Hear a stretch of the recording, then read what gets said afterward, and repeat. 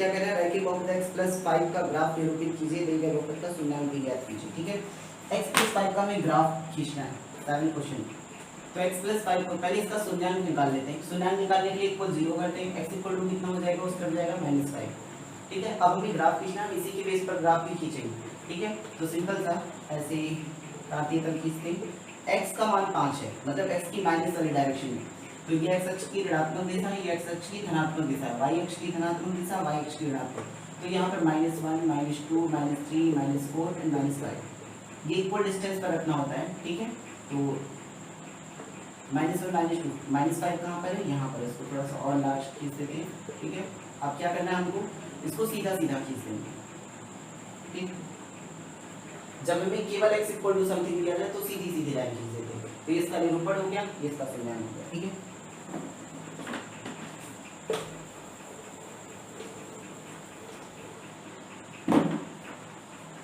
Question number 8, y equals to px। ठीक है, इसका ग्राफ हमको दिया गया है और जहाँ px एक बहुपद है, px के शून्याङ्कों की संख्या ज्ञात कीजिए। सीधा सा हम फर्स्ट वाला क्वेश्चन देख लेते हैं। ठीक है, इसको ऐसे ये कट कर रहा है, ये y अक्ष है, ये x डैश है, ये y डैश है और ये y है। ठीक है, यहाँ पर देखना हमारे पास 2 पॉइंट हैं। ठीक है, y अक्ष को ये 2 बार कट कर रहा है। ठीक है, और हमसे क्या कहा है, दो, हमारे पास जो समीकरण है वो कैसा है, x में परिभाषित है। तो x में परिभाषित है, x को कट ही नहीं कर रहा है, तो इसका शून्याङ्क क्या हो जाएगा, फर्स्ट पार्ट में इसका शून्याङ्क हो जाएगा 0। ठीक है, सेकंड वाले का फिगर ड्रॉ करते हैं इसी पर। सेकंड में इस टाइप से बना हुआ है। तो देखो x को कितनी बार कट कर रहा है, 1 2 3 4 4 बार कट कर रहा है, तो इसके शून्याङ्क कितने हो जाएंगे, 4।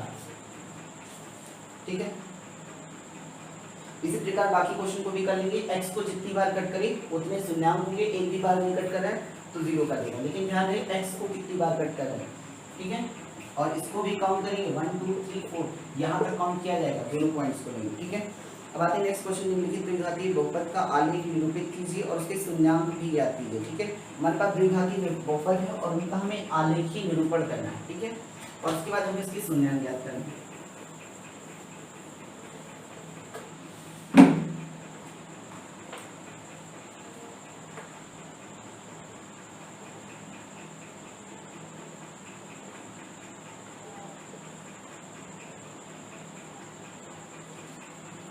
ठीक है, तो देखो यहाँ पर लिखा हुआ है x स्क्वायर, इसका मतलब क्या है कि x को कितनी बार कट कर रहा है, 2 बार कट कर रहा है। अब x के दोनों मानों को उठा लो कि कहाँ कहाँ कट कर रहा है, हमको इसकी वैल्यू से उठा सकते हैं। ठीक है, जैसे मान लेते हैं कि क्वेश्चन ऐसा है, इस तरह कट कर रहा है, इसका मतलब हो गया कि x को यहाँ पर मान लेते हैं -7 रहा हो, यहाँ पर -2 रहा हो, इसका मतलब हो गया कि x का मान क्या था, -7 एंड -2 था। ठीक है, अब इसको इस वाली वैल्यू को हम चाहे जितना इधर से मूव करें कोई फर्क नहीं पड़ता है। इसी तरह अगर मान लेते हैं ऐसे घूम के ऐसे कट गए, तो यहाँ पर देखो x की पॉजिटिव डायरेक्शन, x की नेगेटिव डायरेक्शन, तो मान लेते हैं यहाँ x इक्वल टू 2 था और यहाँ पर मान लेते हैं x इक्वल टू -3 था, तो x की ये दोनों मान हो गए। ठीक है, तो सबसे पहले इसको सरल करेंगे, इसके मान निकालेंगे, उसके बाद हम ग्राफ खींचेंगे। ठीक है, तो फर्स्ट पार्ट करते हैं। सबसे पहले इसका सरलीकरण करने के लिए इक्वल टू 0 लेते हैं। लास्ट जो पद हो, अगर यहाँ आगे कुछ है तो मल्टीप्लाई करो, यहाँ कुछ नहीं है तो सीधा सा इसको उठा लो, इसका गुणनखंड कर लो, 3 3 9 3 1 3, इनको ऐसे जोड़ो कि ये मिल जाए, तो 3 में 3 जोड़ देंगे तो 6 मिलेगा, लेकिन हमें माइनस साइन चाहिए तो इन दोनों को हम माइनस ले लेते हैं, x में दोनों के पीछे x लगा दो। ठीक है, इसके बाद x स्क्वायर यहाँ पर रखेंगे -3x, यहाँ पर लिखेंगे -3x एंड प्लस में 9 इक्वल्स टू 0। इन दोनों में x को कॉमन कर लो, x -3, इन दोनों में -3 कॉमन कर लो तो x -3 इक्वल्स टू 0। x -3 दोनों ब्रैकेट से कॉमन हो जाएगा, एक ब्रैकेट में बच जाएगा x -3 इक्वल टू 0। ठीक है, x -3 equals to 0 then x equal to 3, दूसरे ब्रैकेट को भी उठाएंगे तो वही हो जाएगा, तो दूसरी वैल्यू भी x इक्वल टू कितनी हो गई, 3 हो गई। इसका मतलब क्या हुआ कि जो इक्वेशन कट कर रहा है वो किस पर कट कर रहा है, 3 पर ही बार बार हमको कट कर रहा है। ठीक है, तो नेक्स्ट अब इसका आलेख खींचते हैं। ठीक है, x के कौन कौन से मान है, 3, तो अब इसका आलेख खींचते हैं। x के कितने मान थे, 2 मान थे, 3 और 3, सिंपल सा, इस पर 1 2 3 बाकी सब कुछ पता कर लेना।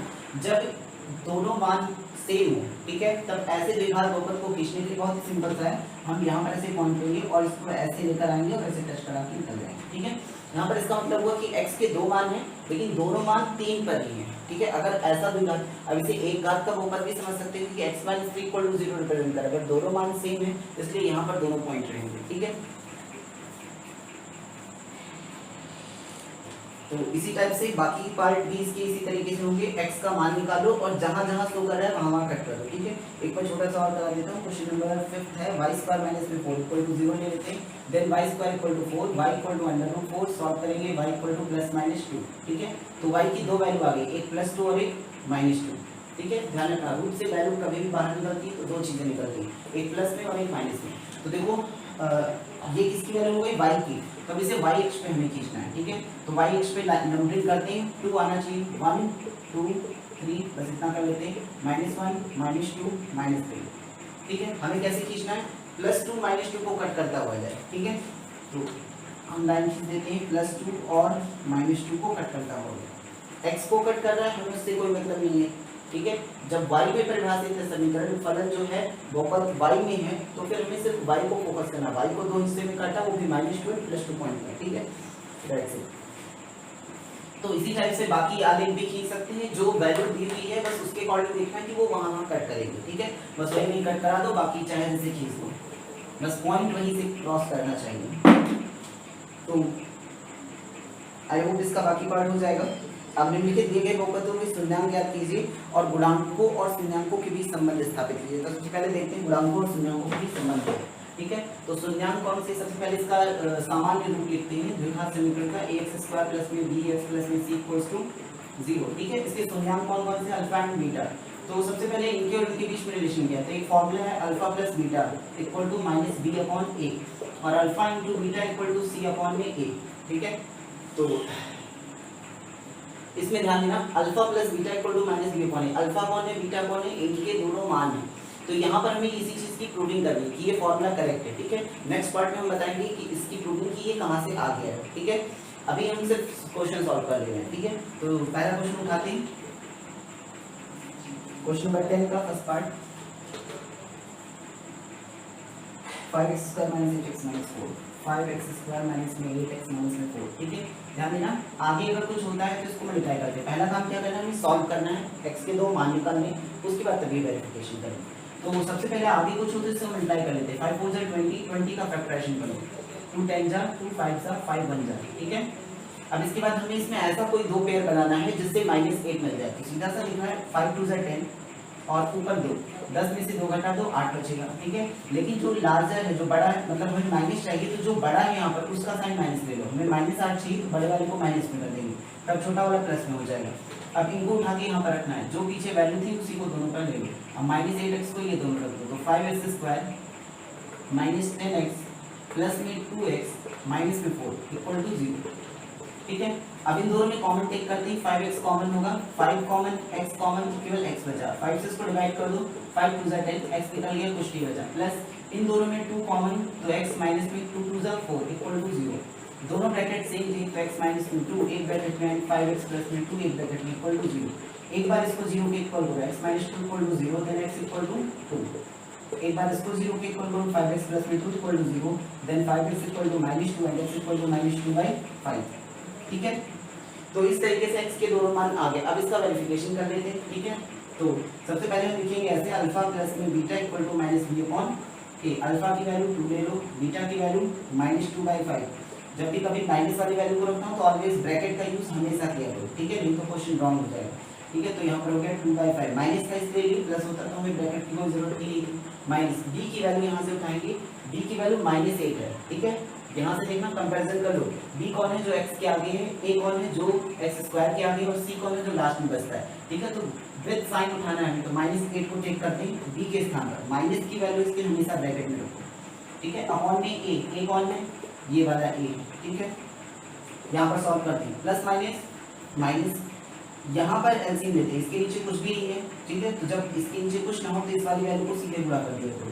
5 2 = 10, बीच में कौन सा साइन है, प्लस माइनस, इसको लिख देते हैं अपॉन में, ये चीज ऐसे लिखेंगे equal to minus plus 8/5, subtract कर दो 8/5 = 8/5, दोनों इक्वल है, ठीक है, वेरीफाइड हो गया।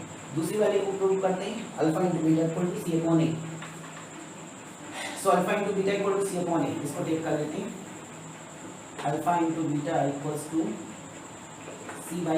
अल्फा की वैल्यू 2 है, बीटा की वैल्यू -2/5 है, इक्वल टू c की वैल्यू, c ये लास्ट वाला है, -4, a कौन है, ये स्टैंडर्ड वाला 5, मल्टीप्लाई कर दो, -4/5 = -4/5।